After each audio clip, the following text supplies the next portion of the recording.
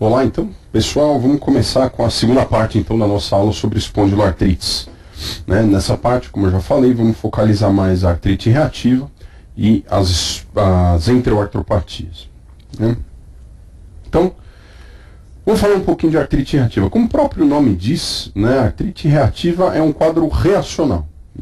É um quadro reacional que é desencadeado por infecções geniturinárias ou intestinais, fazendo um paralelo aí com a febre reumática, seria mais ou menos a mesma coisa, onde você, na febre reumática, você tem um quadro reativo, autoimune, desencadeado por uma infecção bacteriana, e aqui também o gatilho, para você começar a doença, são algumas infecções ou intestinais ou geniturinárias. Quais são os agentes mais frequentemente associados, a essas infecções?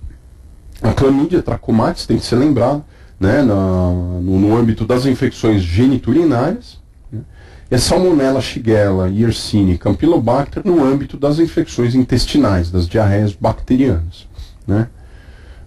Como qualquer espondiloartrite, você pode ter um quadro axial, mas neste caso aqui em especial, na artrite reativa, a gente tem uma frequência maior da ocorrência de manifestações extraarticulares, como nós vamos ver. Geralmente, a infecção ocorre, às vezes, é claro que a infecção intestinal costuma dar sintomas, de diarreia disentérica, enfim, mas o quadro geniturinário pela clamídia pode ser, inclusive, assintomático, E 1 a 4 semanas depois desse quadro infeccioso, a gente começa a ter os sintomas de artrite reativa. É um quadro muito mais frequente no sexo masculino do que no sexo feminino, um predomínio de 9 homens para cada mulher acometida, e tem uma forte associação com HLA-B27 também, e com infecção por HIV. Na maior parte das vezes, o quadro de artrite reativa tende a ser autolimitado. A gente tem uma cronificação dos casos em mais ou menos 10% das vezes, e geralmente são pacientes com HLA-B27 positivo. Mas depois de 3 a 6 meses, geralmente você tem um esfriamento dos sintomas e uma resolução do quadro. Como eu comentei no começo, a gente tem preferido usar hoje em dia o termo artrite reativa no lugar de síndrome de Reiter. A síndrome de Reiter hoje acaba servindo mais para designar essa tríade, de artrite, uretrite e conjuntivite, que é um conjunto de sintomas que podem ocorrer na artrite reativa, mas para definição mesmo do nome, da doença, a gente prefere chamá-la de artrite reativa. Aí. Então, como eu falei para vocês, as manifestações mucocutâneas, ou melhor dizendo, as manifestações extraarticulares na artrite reativa são extremamente importantes e frequentes. Então, dentre as manifestações extraarticulares, as mucocutâneas são muito frequentes. Uma das mais frequentes e mais precoces no desenvolvimento da doença é a presença de inflamação uretral ou do colo uterino, Não necessariamente pelo agente, mas como um quadro reacional pós-infeccioso, E tanto nas formas pós-venéreas, pós-infecção geniturinária, quanto nas formas pós-entéricas, intestinais, você pode ter instalação de quadros de uretrite e cervicite reacionais, Úlceras orais são extremamente frequentes, principalmente no palato e na língua, a gente vê bastante. A glande, a região genital, pode ser acometida na forma do que nós chamamos de balanite circinada. Depois eu tenho um slide aqui para mostrar para vocês.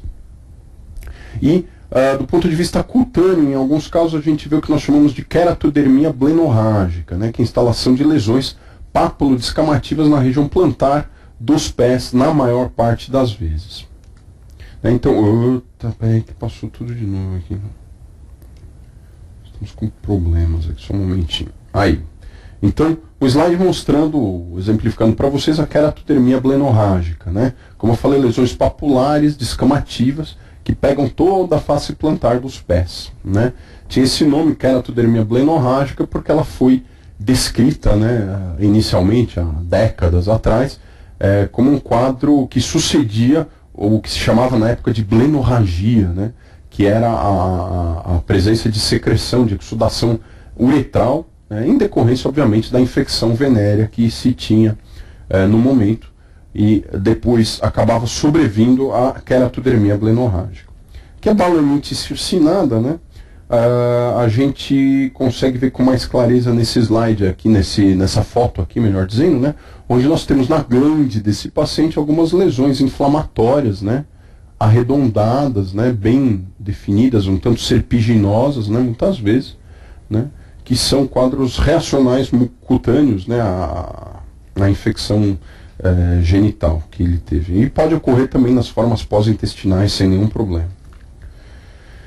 Então, assim, as manifestações articulares e periarticulares, ou seja, a manifestação do esqueleto propriamente dita, ela tende a ser um pouco mais tardia em relação ao quadro mucocutâneo. Geralmente os sintomas mucocutâneos acabam precedendo esse quadro, né? Embora muitas vezes a gente veja pacientes com quadros articulares sem terem apresentado sintomas mucocutâneos muito evidentes, né? Mas geralmente quando existe o surgimento de sintomas mucocutâneos, eles são um pouco mais precoces. A forma mais comum é uma oligoartrite assimétrica aditiva, né? Como na maior parte, né, das vezes nas espondiloartrites. E predomina também em membros inferiores, né? Dactilites e entesites também são frequentes. É comum a gente ver essas entesites, principalmente na fáscia plantar e no tendão de Aquiles, né? Então pode até haver o surgimento de esporão plantar ou de esporão calcâneo em 30% a 50% dos casos. No caso da artrite reativa, a lombalgia inflamatória associada à sacroiliite também ocorre, né, num número menor de casos, mas geralmente ela é unilateral também e assimétrica, tá? Então, a sacroiliite da artrite reativa se comporta mais ou menos como a da artrite psoriática. Tem um comportamento mais unilateral. É importante vocês gravarem isso, porque às vezes o pessoal gosta de perguntar em prova, né? Outras manifestações clínicas, né? Manifestações oculares também são extremamente frequentes, principalmente na forma de conjuntivite, né, que a gente tinha na síndrome de Reiter, né? E geralmente ela acontece simultânea à uretrite, né? Ou seja, às vezes a conjuntivite pode preceder, inclusive, os sintomas articulares, né? A uveíte anterior aguda pode aparecer também, principalmente nos pacientes HLA-B27 positivos, né? E tende a ser, como na espondilite anquilosante, unilateral, e eventualmente pode ter recorrência. Manifestações outras são raras, então a ortite, insuficiência aórtica, tal, são descritas, mas com menor frequência. Manifestações neurológicas também são raras, neuropatias, mielites, e a amiloidose mais rara ainda, né, porque só vê isso em casos crônicos de longa evolução, né, e como na artrite reativa, na imensa maioria das vezes, a gente tem um quadro autolimitado, é difícil a gente chegar a esse ponto, né. Os achados laboratoriais são extremamente inespecíficos também, né. O diagnóstico da artrite reativa é eminentemente clínico, né, pela história e exame físico. Você novamente vai ter elevação de provas de fase ativa, fã e fator reumatoide são, via de regra, negativos. O HLA-B27 é positivo num número relativamente frequente desses pacientes, ou seja, é um fator de suscetibilidade bastante importante para o desenvolvimento de artrite reativa. Ele chega a estar positivo em até 80% dos casos. E quando você tem envolvimento axial, né, sacroiliite, unilateral, essa positividade do HLA-B27 chega a 90% dos casos, né? Então,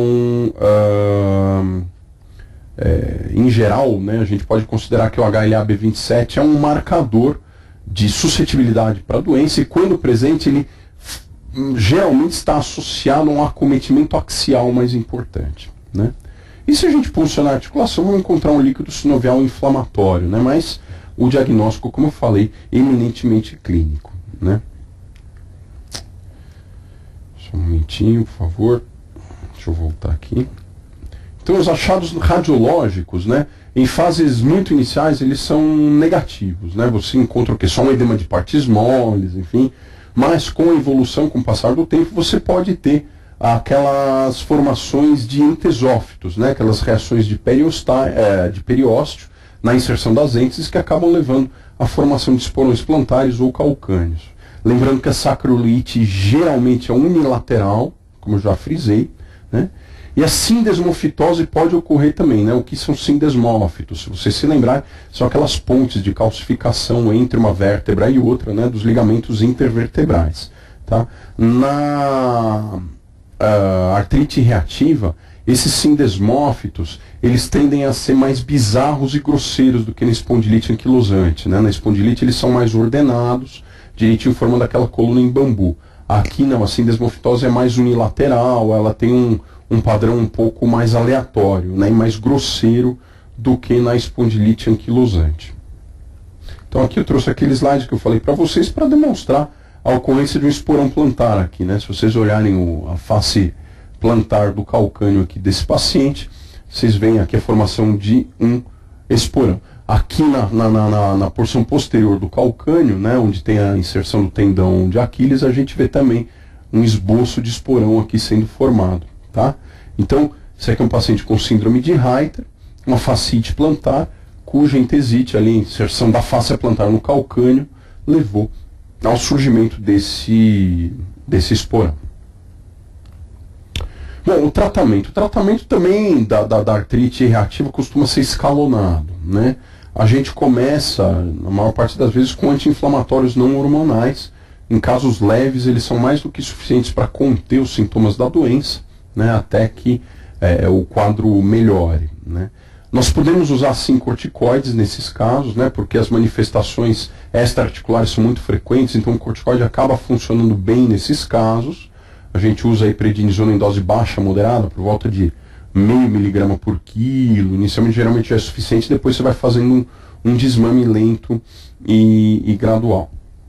Muitas vezes só com anti-inflamatório e ou corticoide o paciente fica bem. Porque dependendo da intensidade do quadro, a gente tem que usar alguma droga oral, sintética, né? E uma das drogas mais usadas é a sulfasalazina, né? Extremamente eficaz para os quadros de artrite periférica. A gente introduz junto com o anti-inflamatório ou com o corticoide para um melhor controle sintomático. A gente começa com 1 grama por dia, né, 500, de 12 em 12, chega geralmente em 2 gramas ao dia, a dose máxima é de 3 gramas. Na falha sulfasalazina, existe a opção de você tentar o metotrexate, que parece ter uma eficácia semelhante à sulfa, né? Então a gente começa em doses semanais de 7,5 a 10 miligramas e vai escalonando até chegar naquela dose usual de 15 a 25 miligramas uma vez por semana. Então, quando falha a sulfasalazina, o metotrexate é uma opção.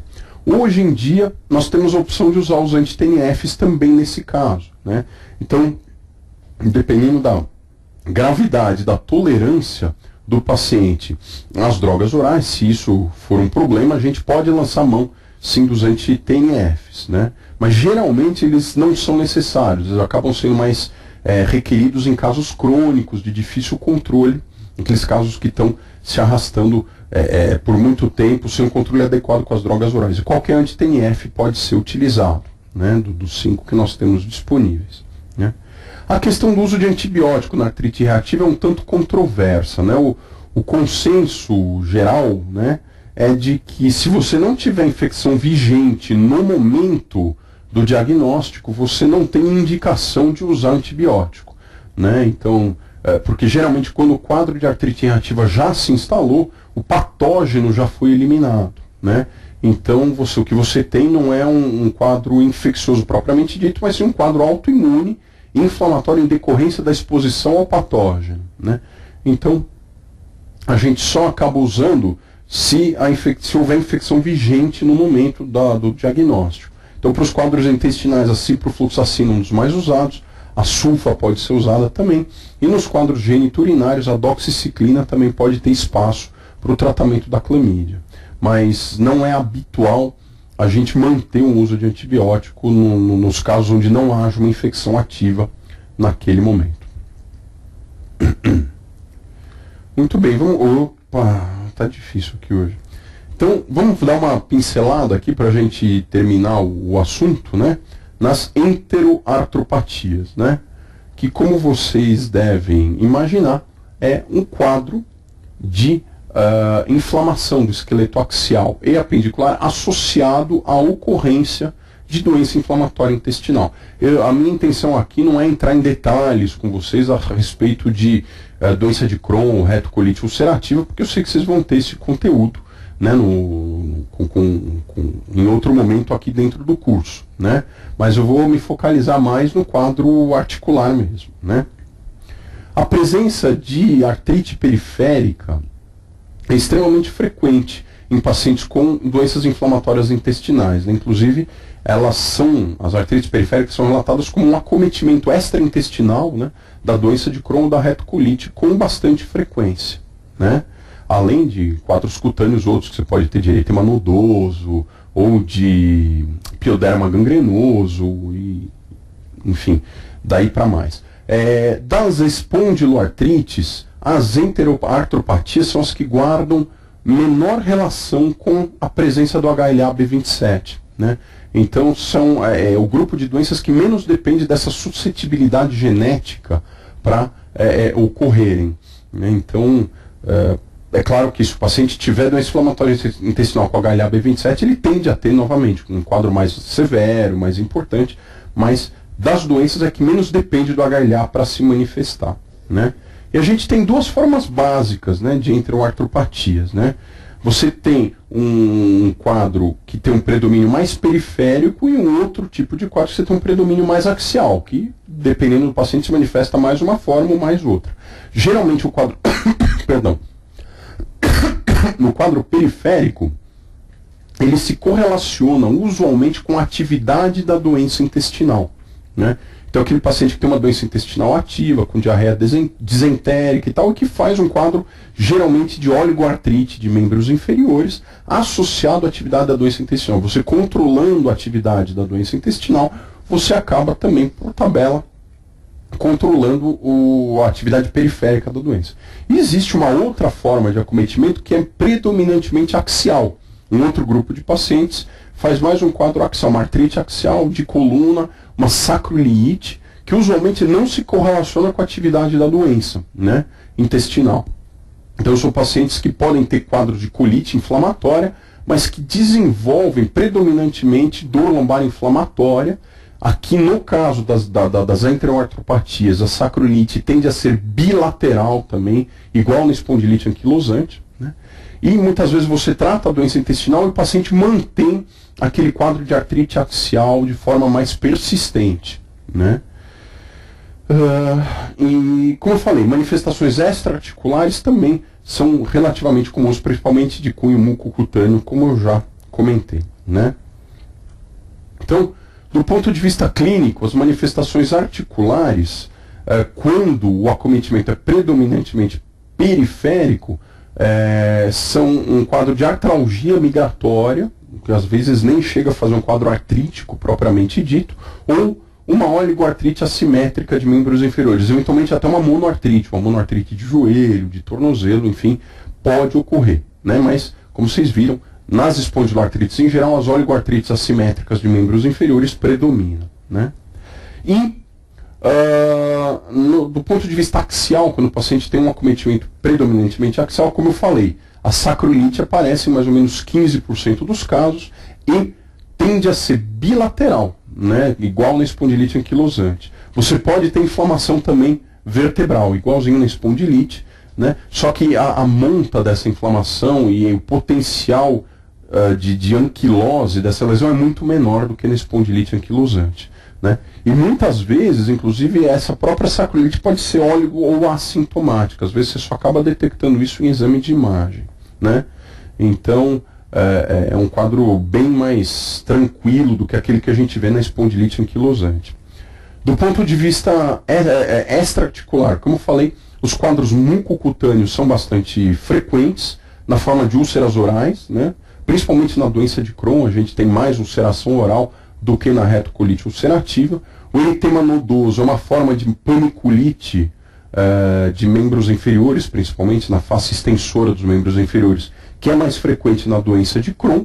E o pioderma gangrenoso, que é uma outra forma de dermatose neutrofílica, né, que está mais associada à retocolite ulcerativa, né?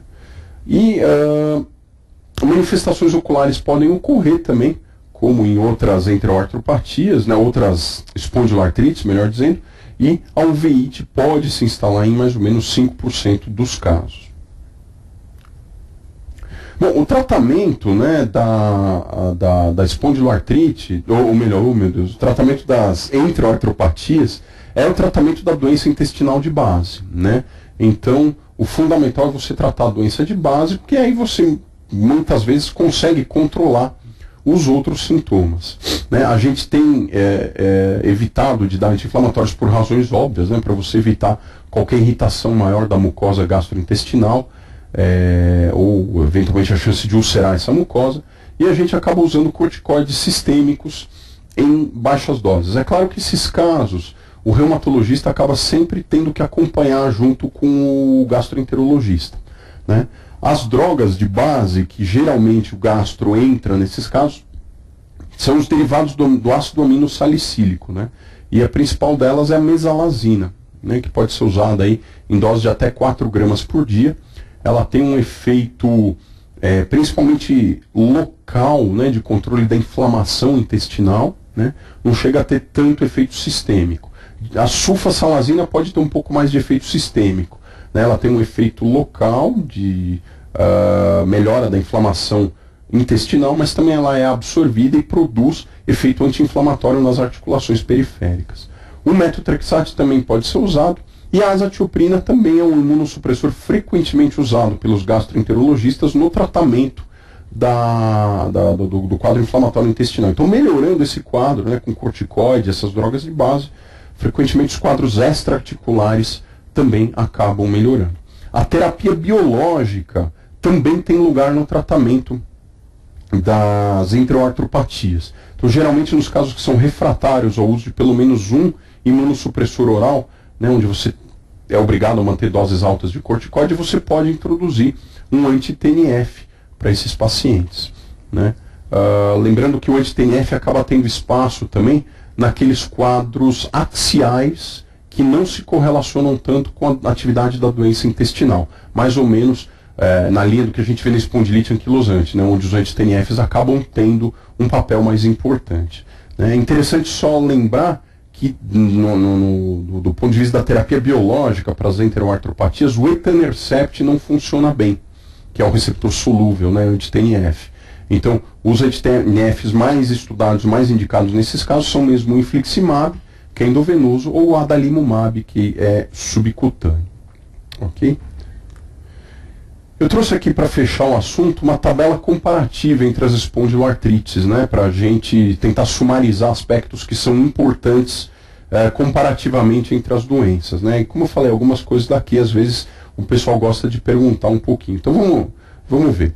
Do ponto de vista de prevalência, entre as 4 espondiloartrites, a espondilite anquilosante sem dúvida é a mais comum, né? Mais de 0,1% da população tem essa prevalência. Do ponto de vista de predomínio entre os sexos, né, o predomínio tende a ser mais masculino, principalmente na espondilite anquilosante, como nós vimos, e na artrite reativa. Na artrite psoriática, nas enteroartropatias, geralmente você não tem um predomínio claro de sexo.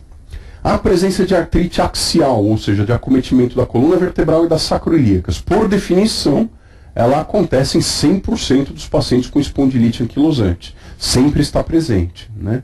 Nas outras espondiloartrites, a presença de artrite axial é um pouco menor, em 15% a 20% dos casos.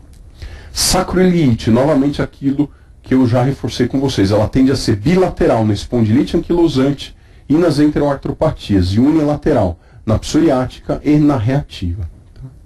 A presença de artrite periférica, de esqueleto periférico, é mais comum na psoríase e na reativa também, né? Lembrando que na artrite reativa, 90% dos pacientes têm oligoartrite assimétrica de membros inferiores. É um pouco menos frequente nas enteroartropatias e na espondilite anquilosante.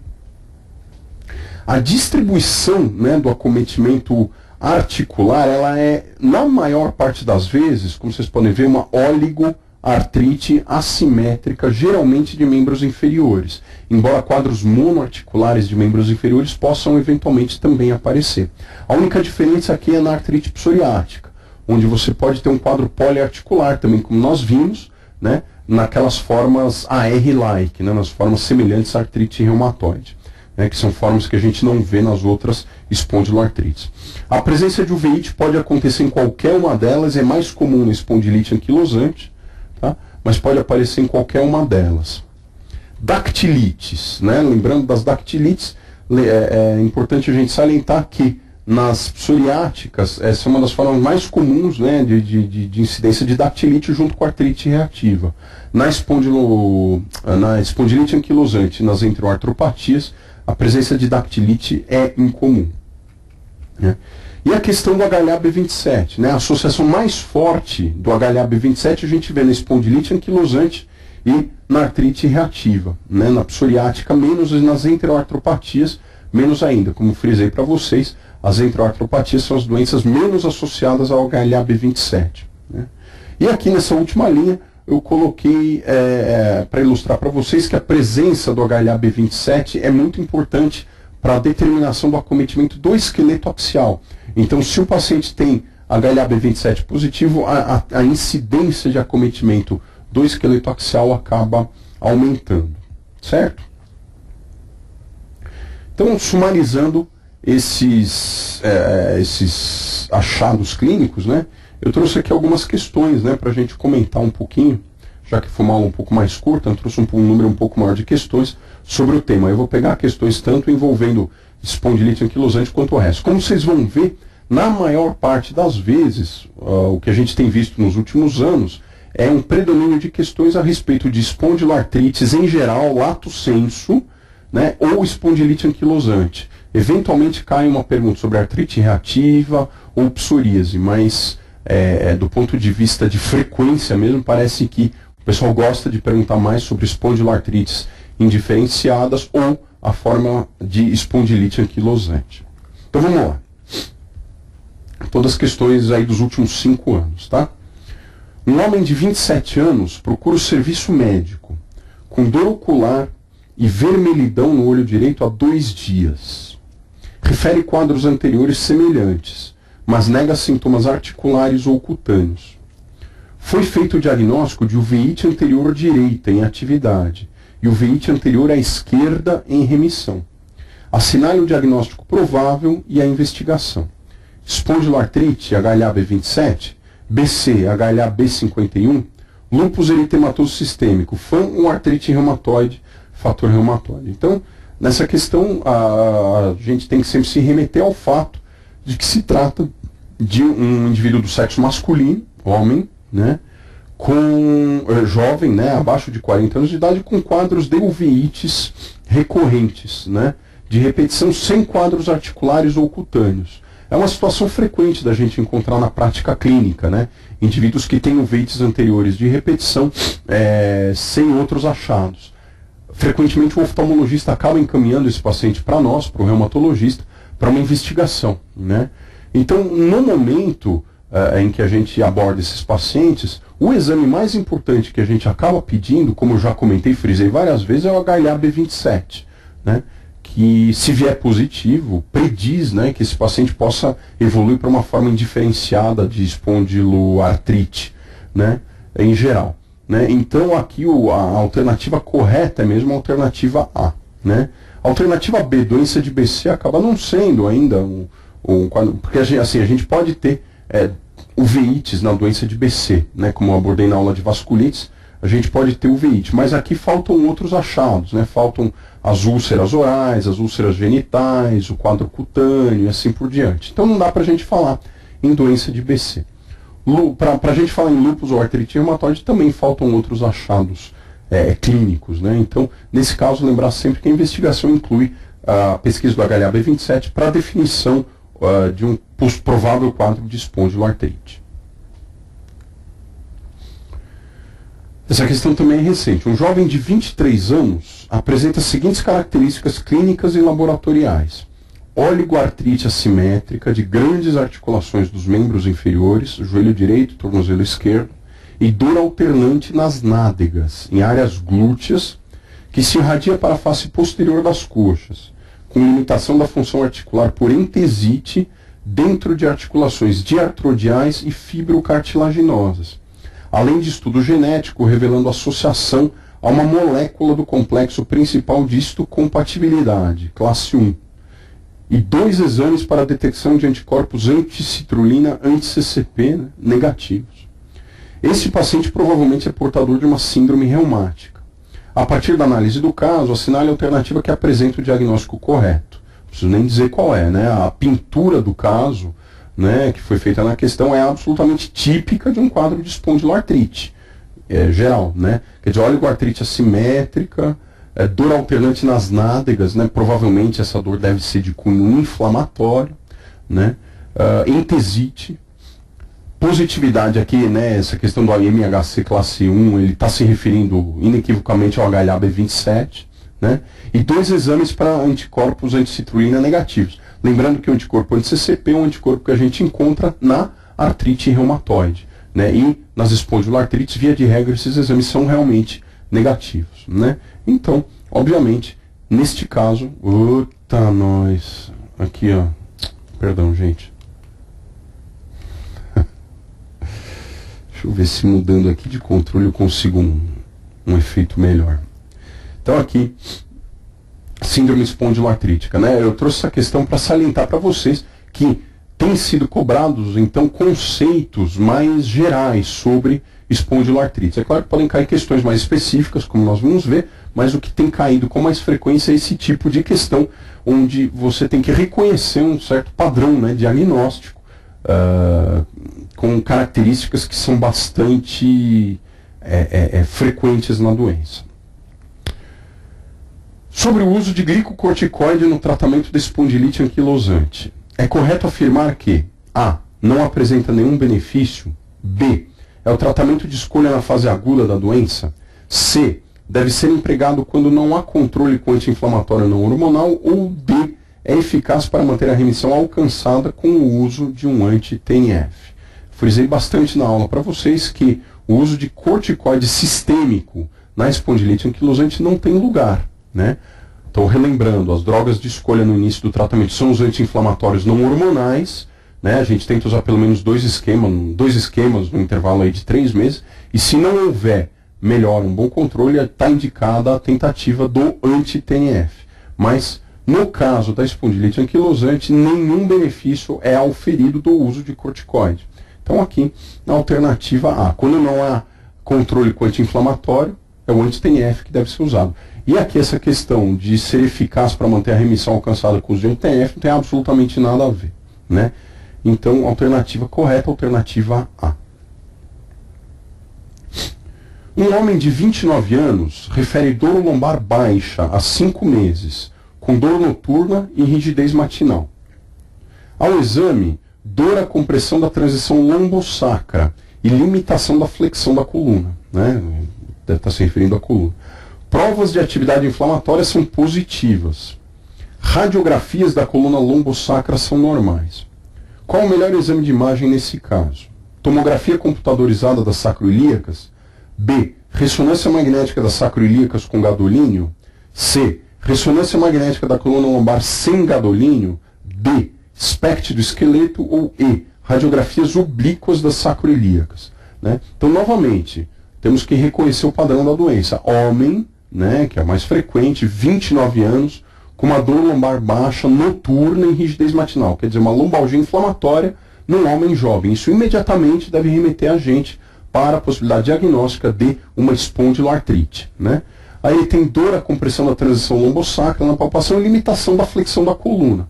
Provavelmente esse indivíduo deve estar desenvolvendo um quadro de espondilite anquilosante. Provavelmente, né?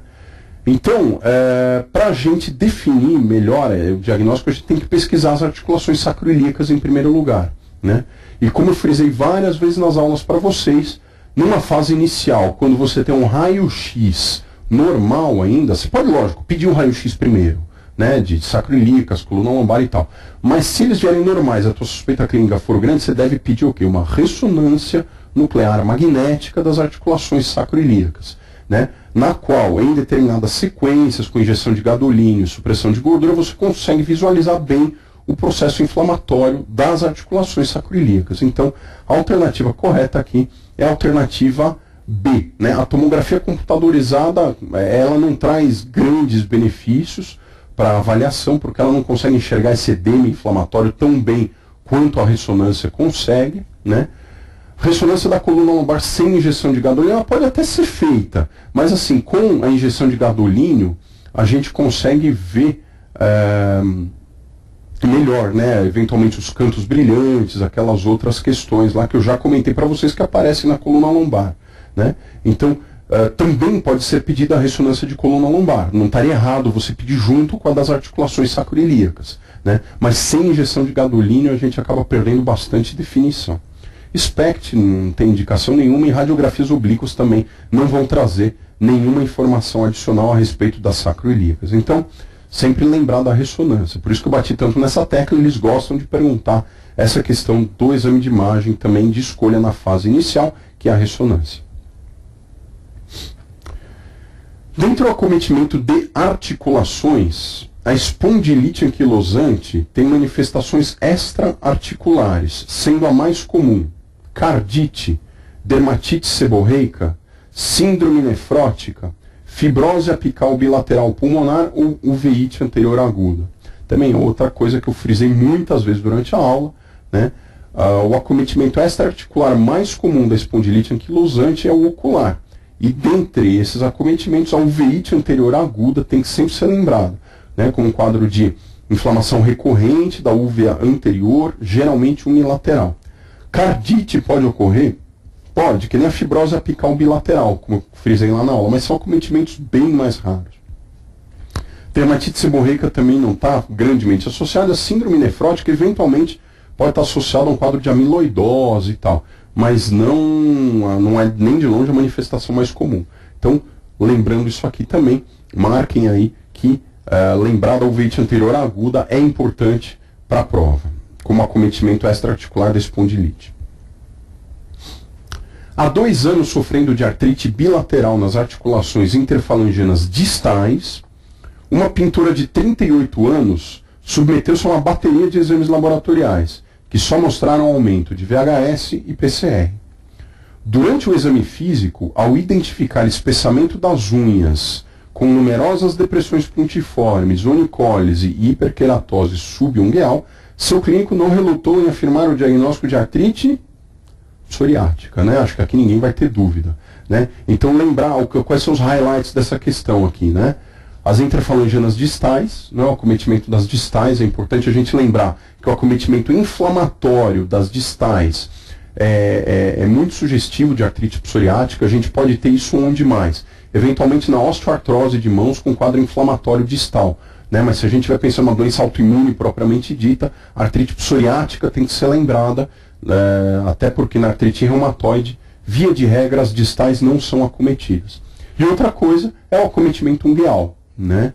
Que além de ser um quadro sugestivo de psoríase, a gente tem que lembrar daquela associação entre o acometimento ungueal e o acometimento das interfalangianas distais. Então, acho que aqui ninguém vai ter dúvida em assinalar a alternativa C, artrite psoriática, como a alternativa correta, né?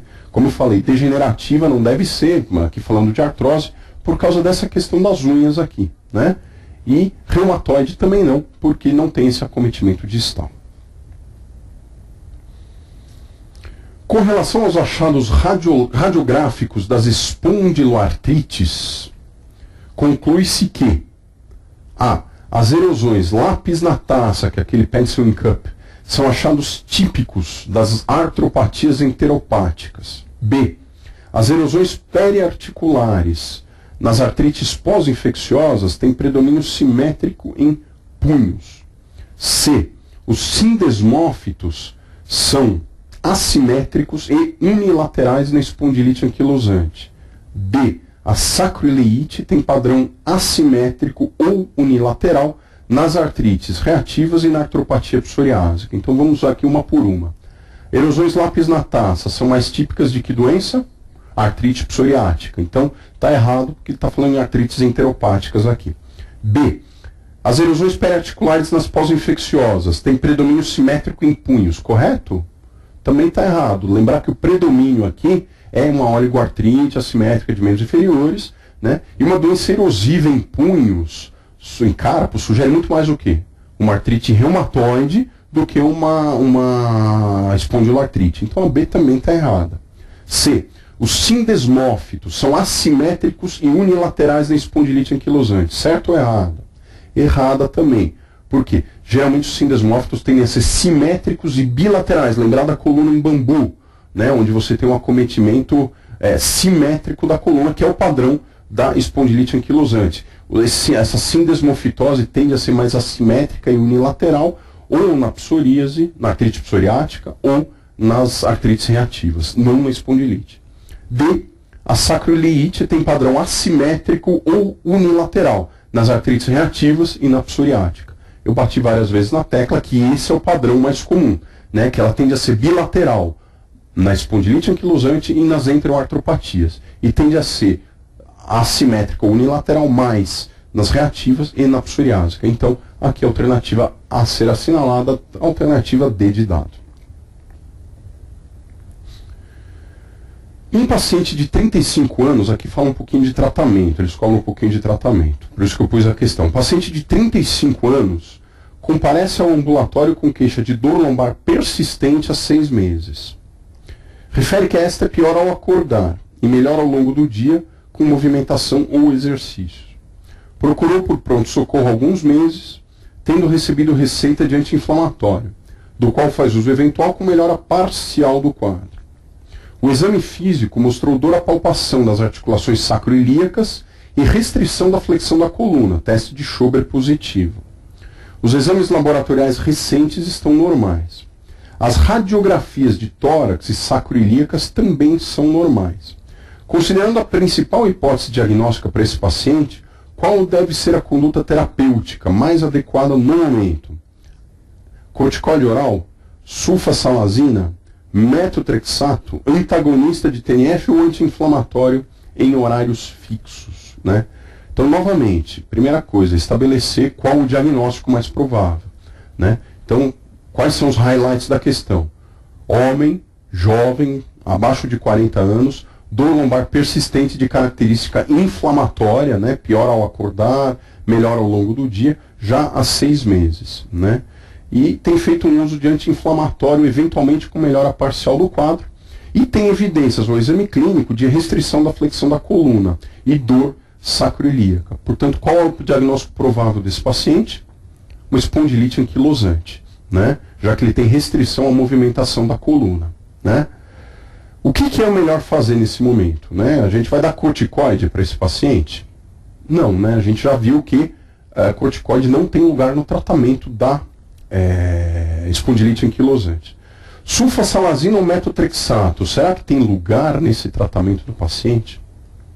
Eu entendo que não. Por quê? Porque ele não tem um acometimento periférico, né, evidente. E a sulfasalazina ou metotrexato tem mais impacto de melhoria no quadro articular periférico da espondilite anquilosante, não no quadro axial.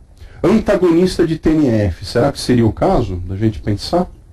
Por que não seria ainda? Porque qual é a recomendação do tratamento inicial da espondilite anquilosante? É o uso de anti-inflamatório não hormonal em dose plena ou a maior dose tolerada possível, né, em horários fixos, né, por prazo indeterminado. Se houver falência a um anti-inflamatório, a gente troca por outro, né. Este paciente fez o quê? Ele usou aqui um uso eventual, fez uso eventual de um anti-inflamatório com uma melhora parcial. Então, o que seria o ideal se recomendar para esse paciente? Ele só vai passar a tomar este anti-inflamatório de 12 em 12, de 8 em 8 horas, uma vez ao dia, mas todo dia, né, para ser reavaliado posteriormente, né?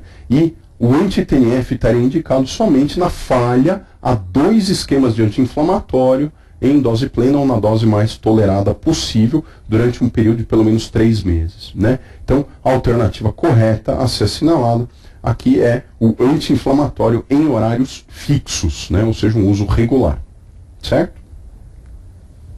Muito bem, gente, essas eram as questões que eu queria ter comentado com vocês. Vamos dar mais uma pausa, então. A aula acabou até um pouquinho mais cedo, usei 45 minutos só. Então vamos dar uma pausa, daqui a pouco a gente volta com o tema de gota, né, para a gente finalizar as aulas de hoje. Legal, muito obrigado.